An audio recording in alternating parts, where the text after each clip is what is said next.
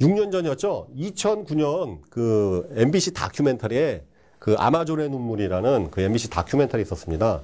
거기에 이제 조회족이라고 지금도 원시 수렵 생활을 하고 있는 그 원주민들의 사진입니다.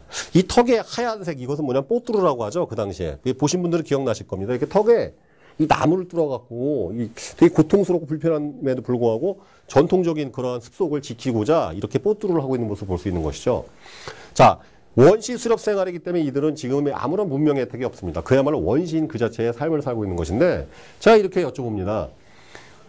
여기 이 지역에 가시면 돈도 필요 없고 학벌도 필요 없고 공부도 필요 없고 그냥 배고프면 바나나 먹고 졸리면 자면 되는 그런 천연적인 삶인데 거기에 가서 사시겠습니까? 라고 여쭤보면 그러고 싶다는 분을 못 뵀어요. 자, 왜 그럴까요? 머리가 좀 아프고 복잡하긴 하겠지만 우리 이 사회에는 문명이 있는 것이죠. 그러니까 우리가 이 담배를 피려고 해서 라이터가 불이 필요하면 라이터를 켜면 되지만 이 지역에서는 어떻게 해야 되나요? 예, 어느 뭐 TV에서 그 개그맨이 보여줬죠? 한 2시간 동안 이렇게 해야 되지 않습니까?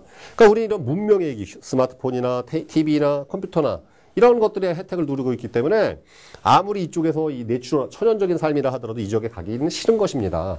자, 그렇다면 제가 여쭤보고 싶은 것은 과연 조회족은 왜 이렇게 살까요? 왜 이쪽은 문명이 없을까요? 고립돼서요? 고립됐다 하더라도 기본적인 문명을 갖고 있는 사회가 많습니다. 여긴 왜 이렇게 문명이 아예 없을까요? 첫 번째, 이 지역에 태어나서 그렇습니다.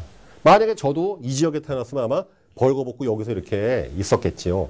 근데 저는 여기서 문명국가에서 태어났고 여기 계신 분들은 이 지역에 태어났을 것이고 또 하나의 이유는 무엇일까요? 왜 조회족은 문명이 없을까요? 자, 해답은 여기 나와 있습니다. 국보 1호 남대문이죠.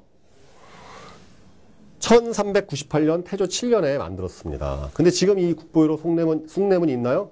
없죠? 어떻게 사라졌어요? 2008년에 그 채씨 성을 가지신 어떤 할아버지께서 홧김에 불을 질러서 이렇게 처참한 잿더미가 됐습니다. 그 사건을 기억하실지 모르겠습니다만. 그 다음에 이제 이 잿더미로 남은 이 잿더미가 된 남대문을 다시 중건하려고 또 유명한 우리 대목장을 시켜서 했더니만 또 이 소나무를 짝퉁을 쓰는 바람에 또 다시 부셔가고 다시 짓고 있는 이런 아이러니한 일이 벌어지고 있습니다. 자, 상식적으로 생각을 해보십시오.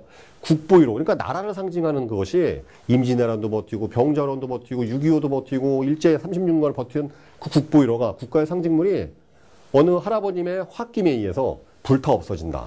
정말로 황당한 일이 아닐 수가 없습니다. 프랑스의 상징이 무엇일까요? 에펠탑이죠. 그 에펠탑을 술 취한 사람이 불질러 태워 없으면 세계적인 이슈가 될 뿐만 아니라 국가적인 망신일 수밖에 없는 것입니다. 근데 우리나라 사람은 지금 이걸 기억하시는 분이 거의 없어요. 잊혀져간 사건이 된 것이죠. 왜 우리나라 분들이 이렇게 문화재에 대한 인식이 희박할까요?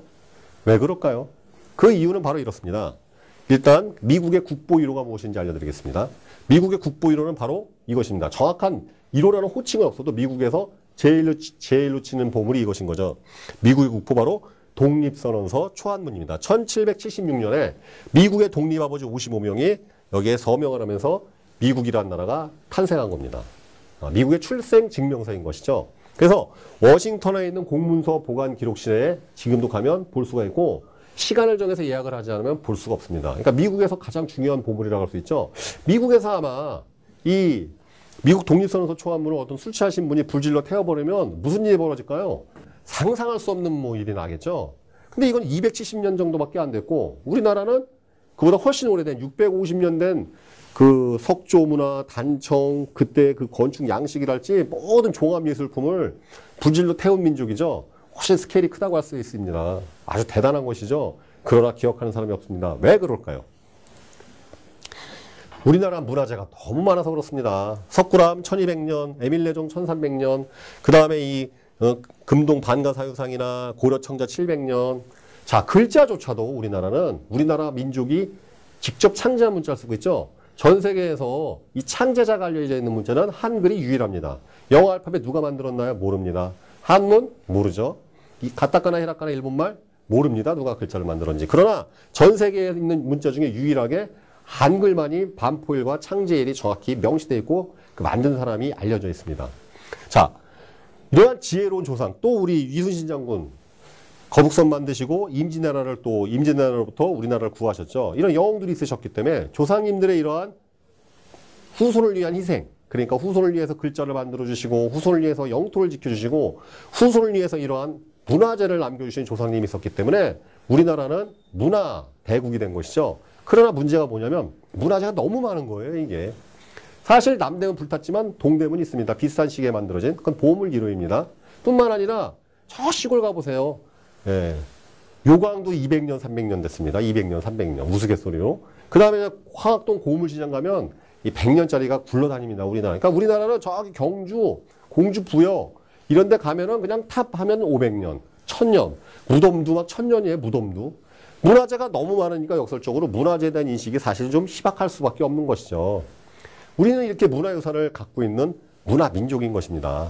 자, 그러면 왜 자료를 제가 되돌아서 조회족의 삶을 보면요. 이겁니다. 왜 조회족은 이렇게 사느냐. 우리 조상님들은 그러한 문화유산을 후손을 위해서 만들어주실 때 여기 이 조회족의 조상님들은 뭘 만들었어요? 자손을 위해서 턱에 뚫어라, 머리에 뒤집어 쓰라. 그 두 가지밖에 없는 것이죠. 우리는 거의 반만년의 역사 동안 엄청난 문화유산을 이어받았습니다. 그 조상님들의 후손을 위한 희생인 것이죠. 그러나 우리 이 조회족의 조상분들께서는 뭐 하셨어요? 후손을 위해서 해준 거 두 가지. 덕에 뚫어라, 복이 올 것이다, 머리에 뒤집어 써라, 건강하게 살아라. 이 두 가지를 물려받은 것입니다. 그러니까 이렇게 사는 것이죠. 자, 그러면 일본과 우리나라와 그 위안부 문제에 대해서 무엇이 잘못이냐? 여기에 해답이 나와 있습니다. 자, 문화가 상속되듯이, 문화가 이렇게 유산으로서 상속되듯이 죄와 부도 상속됩니다. 죄 역시 마찬가지죠.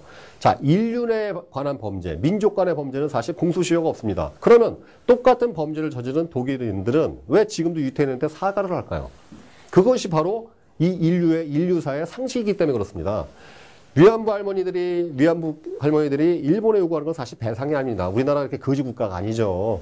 진정한 사과를 요청하는 것입니다. 그러나 일본 정부의 행태는 무엇인가요? 과거를 속이고 은폐하고 그 일반 국민들은 그것을 전혀 모르고 있는 것이죠. 민족 간의 문제의 신뢰도가 기본이 되려면 과거의 죄에 대해서 반성하는 게 기본인 것인데 사람 간의 관계도 마찬가지지 신뢰관계 회복 그 이후에 피해에 대해서 논하는 것인데 일본 정부는 지금도 어떻게 하고 있나요?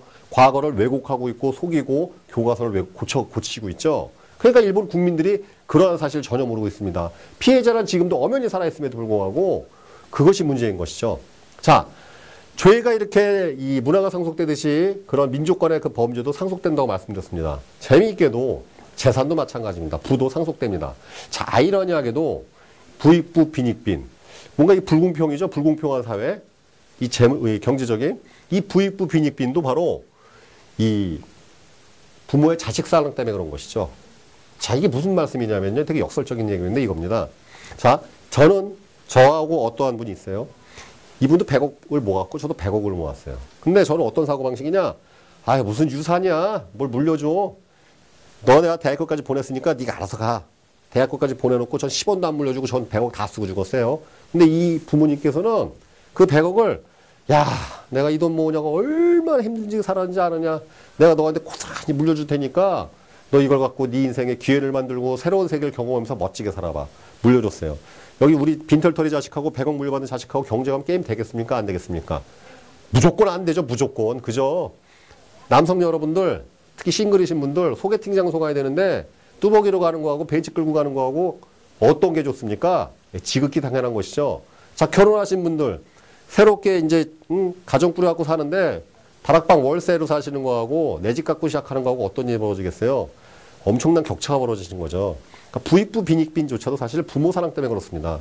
내 것을 희생해서 자식한테 물려준다는 그 부모의 사랑이 결국 부익부 빈익빈을 불러오고 불공평을 불러오는 그런 아이러니한 상황이 벌어지는 것이죠. 물려받은 좋은 것들은 후손에게 다시 물려줄 이런 의무와 책임이 있는 것입니다. 자, 전 세계 인구에서 0.2%밖에 안 되는 0.2% 실제 안 되죠. 이스라엘 국민 750만 명에 재외국민 다 합쳐갖고 약 3천만 정도 되는 유대인이 왜 전 세계 재산의 거의 절반, 공식적으로는 40%, 비공식적으로 50% 이상을 지배하는 것일까요? 바로 이 자식 사랑, 그러니까 후손에게 물려주는 그것을 가장 철저하게 한 민족이기 때문에 그렇습니다. 자, 일례로 종신보험이 어떻게 탄생된 것이냐? 바로 이렇습니다. 1900년대 초에 그 유럽은 1차 독일이 막 융성하고 전쟁의 기운이랄지 아주 상태가 안 좋았고요. 그 당시 미국은 남북 전쟁을 끝내고 3, 40년 동안에 이 국가 통합을 이루어서 엄청나게 성장하는 시기였습니다. 그래서 유럽에 있는 사람들이 대거 미국으로 이렇게 이민 왔는데 유대인들도 온 것이죠. 유대인들이 넘어와 보니까 야, 이거 상권은 이태리가 다 장악하고 스페니시니 다 장악해갖고 이게 먹고 살 게 없는 거예요. 재산 다 두고 왔는데 박해를 피해갖고 야, 이거 가난이 대물림 되겠네 이거. 또 다시 또 이거 대대손손 또 가난해지겠네. 그래서 그 당시에 금융에 이 새롭게 발달되고 있는 필라델피아에 가갖고 그 보험회사는 제가 정확히는 못 찾았습니다. 필라델피아에 어느 보험사에 가갖고 나는 가난하게 살아도 좋으니까 내가 죽는 순간에 자식한테 유산을 물려줄 수 있는 상품을 만들어 주시오 해서 탄생한 것이 바로 종신보험인 것입니다. 부모의 생명을 담보로 자식에게 부를 만들어준 시스템을 유대인은 그것을 실현하는 것이죠.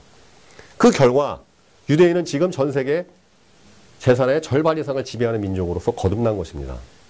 부모를 선택할 수 없지만 자식한테 기회를 만들 수 있는 것이죠.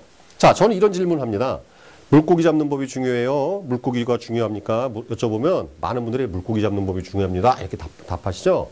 그럼 제가 또 이렇게 물어봅니다. 자, 제가 부모라고 생각하시고 A안은 A, B를 내가 선택할 수 있게 해주겠다. 자, A안은 내가 너 대학교까지 보내줄 테니까 다 등록까지 대주고 그 다음부터 네가 알아서 살아라. A안 물고기 잡는 법이죠. B안 그냥 20억 딱 줄 테니까 네가 알아서 대학 가고 열심히 살아라. A가 좋으세요? B가 좋으세요? B안이 좋으실 겁니다. 물고기가 있으면 물고기 잡는 법이 해결되는 법이죠.